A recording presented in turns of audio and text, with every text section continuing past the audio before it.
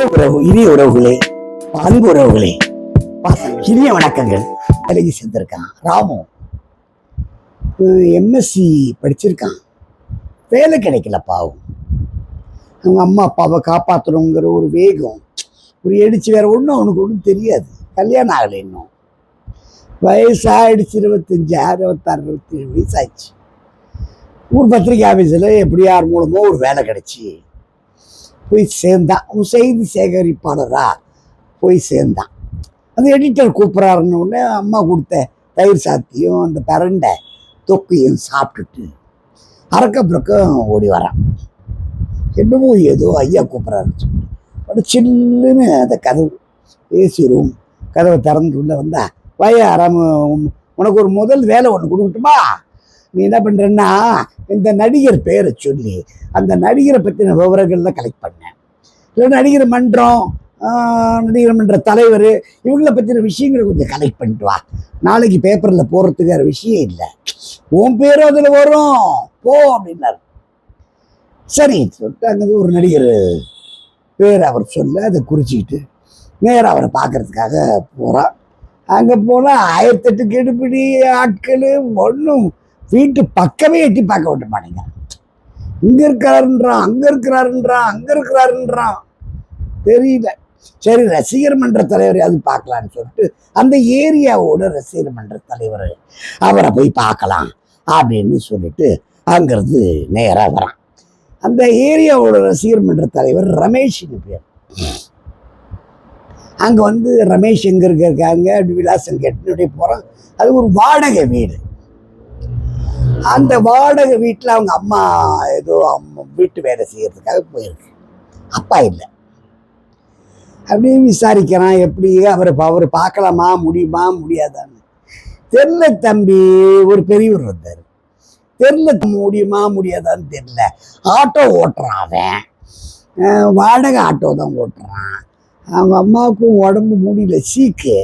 அது பாவம் ஏதோ ஒரு 4-5 வீட்டில் வேலை செய்யுது, முடியலன்னா போய் ஆஸ்பத்திரியில் படுத்துக்குது. அப்புறம் மருந்து மாத்திரை ஏற்றின்னு வருது. எந்த உதவியும் இவனால அதுக்கு கிடையாது, அதாலையும் இவனுக்கு கிடையாது. பெற்ற தாய் தகப்பனை கூட காப்பாற்றுறதுக்கு முடியாம இவன் என்னமோ ஒரு ரசிகர் மன்றம் அது இதுன்னு ஒன்று ஆரம்பிச்சு அதுக்கு கூட்டம் சேர்த்துக்கிட்டு அந்த தலைவருக்காக உழைக்கிறேன்றான். என்னவோங்க, இவங்க அப்பனும் அப்படித்தான், அவன் ஒரு லூஸு. இவங்க அப்பனும் நானும் ஃப்ரெண்ட்ஸு.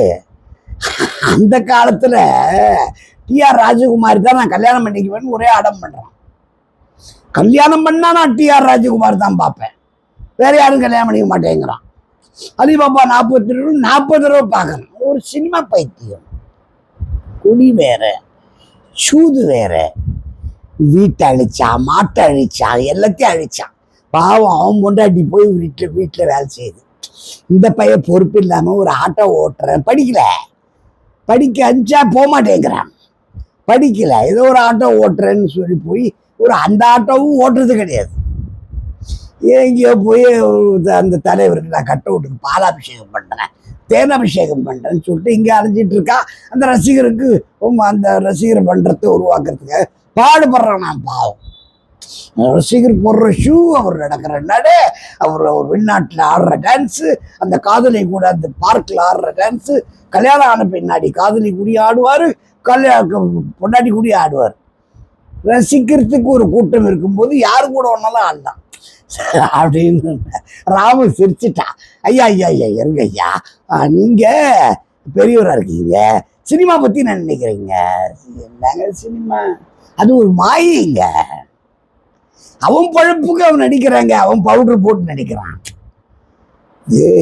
பாராதகிட்ட வந்து சில பேர் சில விஷயங்களை பேசும்போது, ஏய் நான் எல்லாம் பவுடர் போட்டு நடிக்கிறதுக்கு வந்துக்கிறேன்டா, ஏன் பின்னாடி ஏன்டா வரீங்க, போகடா போய் படிச்சு முன்னேற வழியை பாருங்கன்னு சொன்னான். அந்த புத்திசாலி. இவனுக்கு அதெல்லாம் தெரியாதுங்க, புரியாது. நம்ம வாழ்க்கையில ஜெயிக்கணும், போகணும், வரணும், அந்த எண்ணம்லாம் இல்லை. ஏதோ ஒரு மோகத்துல, சினிமா மோகத்துல பைத்தியம் மாதிரி போயிட்டு இருக்கான். அவங்க அப்புறம் போய் சேர்ந்துட்டான். அவங்க அம்மா அப்பாவும் 4 வீட்டில் கொடுத்து வேலை செய்து இவன் ஆட்டோ ஓட்டுவான். ஓட்டலைன்னா இந்த தியேட்டர்லையாவது நின்று அங்கே உட்காந்து நின்று கோடி கட்டின்னு இருப்பான். எப்படிங்க வாழ்க்கை கொஞ்சம் யோசனை பண்ணி.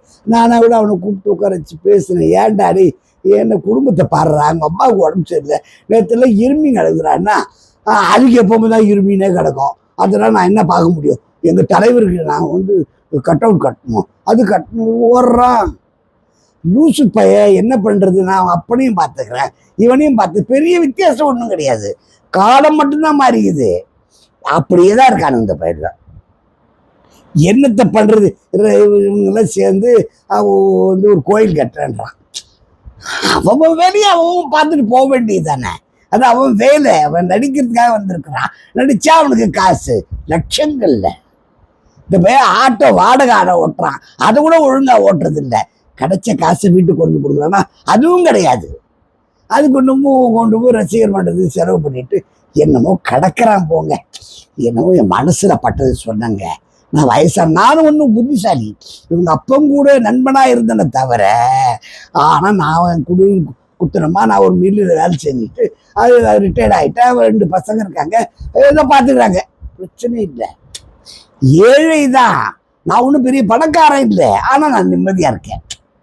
அப்படி நம்ம ஆமாங்க, அது இன்னும் நியாயம்தான்.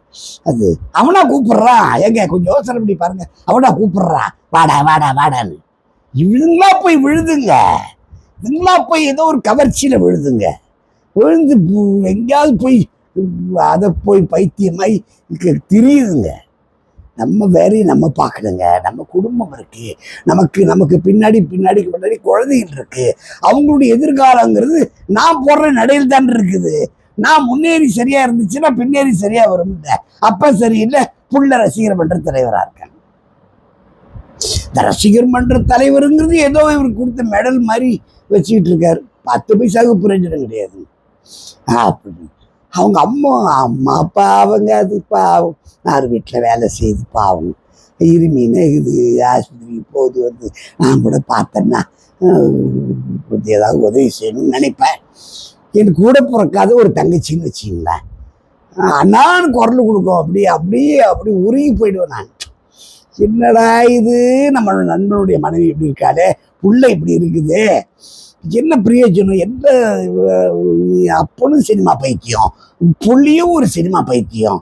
இதுங்களை எப்படி நம்ம கரையேற்றுறதுன்னு எனக்கு புரியலைங்க. எனக்கு அது தெரியல.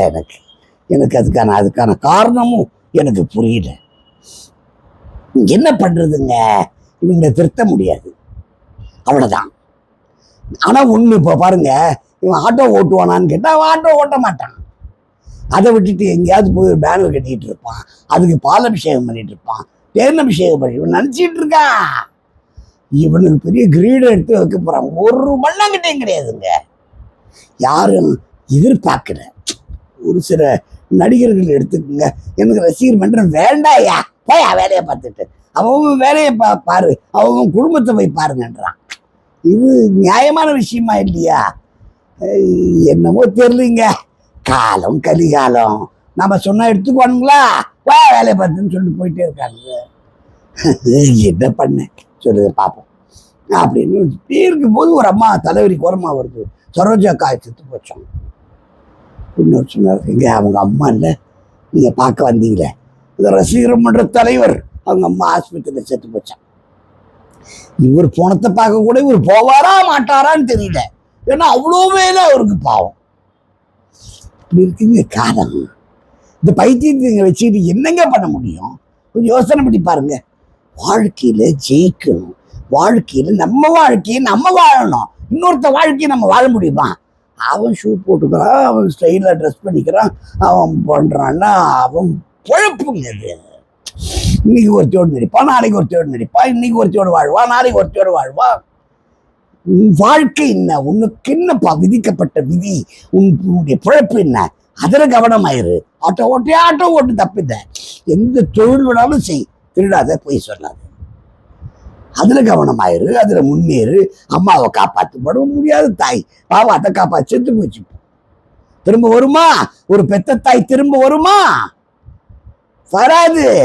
அப்புறம் அதுக்கு போய் ஜாங்கிரி வைக்கிறேன், நான் லட்டு வைக்கிறேன், நான் ஓன்னு அழுகுறேன், பிறண்டு அழுகுறேன். இதெல்லாம் யாரை ஏமாத்துறது? வாழ்க்கைங்கிறது அந்த நேரத்துல ரசிக்கணும். தன்னுடைய வாழ்க்கை எப்படி அமைஞ்சுது, எப்படி உருவாச்சுங்கிறத புரிஞ்சுக்கணும். அவன் தானே புத்திசாலி. இது ரசிகர் மன்றம், மண்ணங்கட்டி மன்றம்னு வச்சு சினிமா பைத்தியங்க அவன். அப்படின்னு அதுக்குள்ளார ஒரு ஆள் ஒருவர் தான் இறஞ்சி, சின்ன வயசு பையன். நம்ம தலைவர் பேனர் ஏறி கட்டும்போது கீழே ஓடிட்டாங்க. யார் தலைவர்? இந்த ரசிகர் மன்ற தலைவர். எங்க நீங்க தேடி வந்தீங்களா? அவன் தான் இங்க வந்து விழுந்திருக்கிறான். அப்புறம் கரண்ட் கம்பம் பட்டுச்சுங்க, ஷாக்கடிச்சு செத்து போயிட்டாருங்க. தலைவர் வருவாரா? தலைவர் வருவாரு.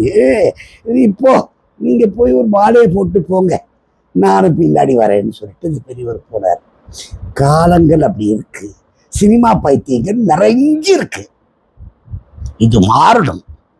இது மாறினால் மட்டும்தான் அவன் வேலையை அவன் பார்த்துட்டு போனா எந்த பிரச்சனையும் வராது. வாழ்த்து.